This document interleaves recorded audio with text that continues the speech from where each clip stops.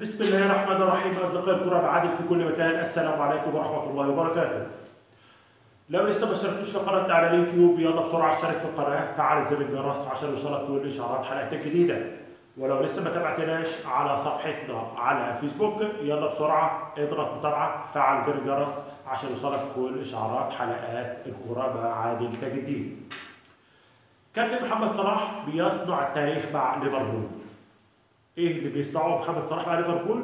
بصراحه موسم استثنائي، ده اخر موسم لمحمد صلاح مع ليفربول، موسم استثنائي. محمد صلاح في مباراه ساوثهامبتون في الدوري بيحرز هدفه ال 300 في مسيرته الكرويه في الاحتراف، وده طبعا ما حصلش مع اي لاعب مصري. احرز 300 هدف بهدفه في مرمى ساوثهامبتون، ده احرز 100 هدف خارج ملعب الانفيلد. محمد صلاح في المباراه دي صنع قمه الاعجاز. ليفربول كان متاخر 2-1، محمد صلاح احرز هدف وعمل اسيست ليفوز فريقه على ساوثهامبتون.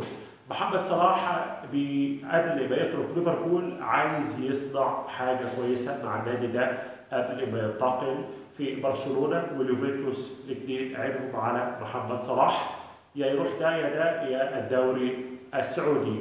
الموسم ده الموسم السنه محمد صلاح هو بيطمح ان هو يفوز بجائزه احسن لاعب في العالم، واللي هو مرشح للجائزه دي جائزه ذا بيست.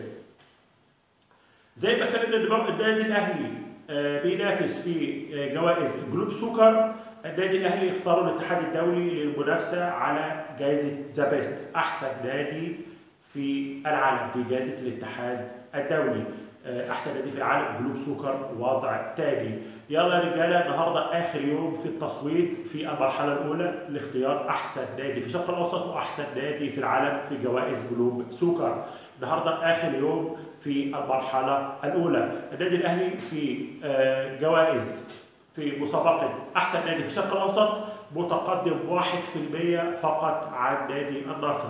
النادي الاهلي 27%، نادي النصر 26.9%. يلا يا رجاله، النهارده اخر يوم في التصويت المرحله الاولى. عايزين النادي الاهلي يصعد للمرحله الثانيه في جوائز احسن نادي في الشرق الاوسط واحسن نادي في العالم.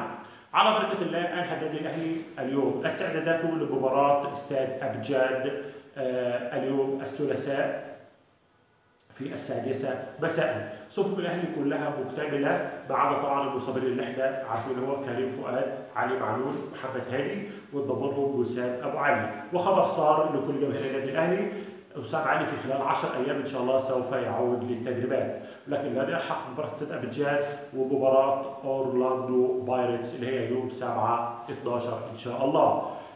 محمد هادي وكريم فؤاد سوف يتم عرضهم تاني على الطبيب النمساوي لوضع اخر مرحله في التاهيل. علي معلول انضم للتدريبات. من مصادرنا داخل النادي الاهلي ومن متابعه تدريبات النادي الاهلي قال ان مارسيل كولر هيلعب بطريقه جديده قدام استاد ابيجان. الطريقه اللي هي ايه؟ المهاجم الوهمي. بيقول لي ان هو لاحظ من التدريبات ان طاهر محمد طاهر بيلعب، حسين الشحات بيلعب، كهربا بيلعب في تبادل ادوار. انت بالطريقه اللي بقول لحضرتك عليها ان كهربا هو المهاجم. بيقول لي فجاه الملعب بيتغير، بيبقى محمد طاهر محمد طاهر هو المهاجم وكهربا بيروح جناح. شويه حسين الشحات هو اللي قدام، وتبادل ما بين كهربا وطاهر محمد طاهر. بيقول لي الطريقه ديت ايه؟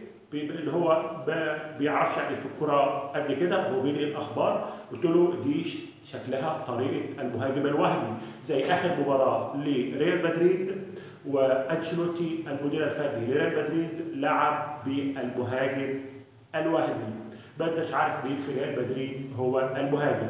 والطريقه دي بيتقدم لها مارسيل كولر في عدم وجود وسام ابو علي المهاجم الصريح.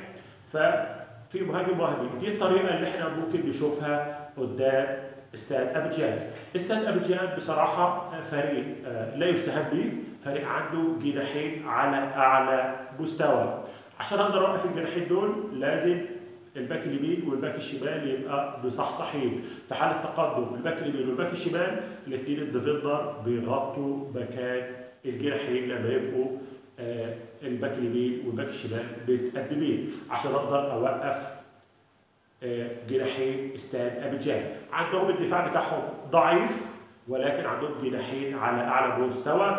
معظم اهداف استاد ابيجان بتيجي عن طريق الجناحين وليس عن طريق المهاجم السريع. بنتمنى ان شاء الله التوفيق لنادي الاهلي.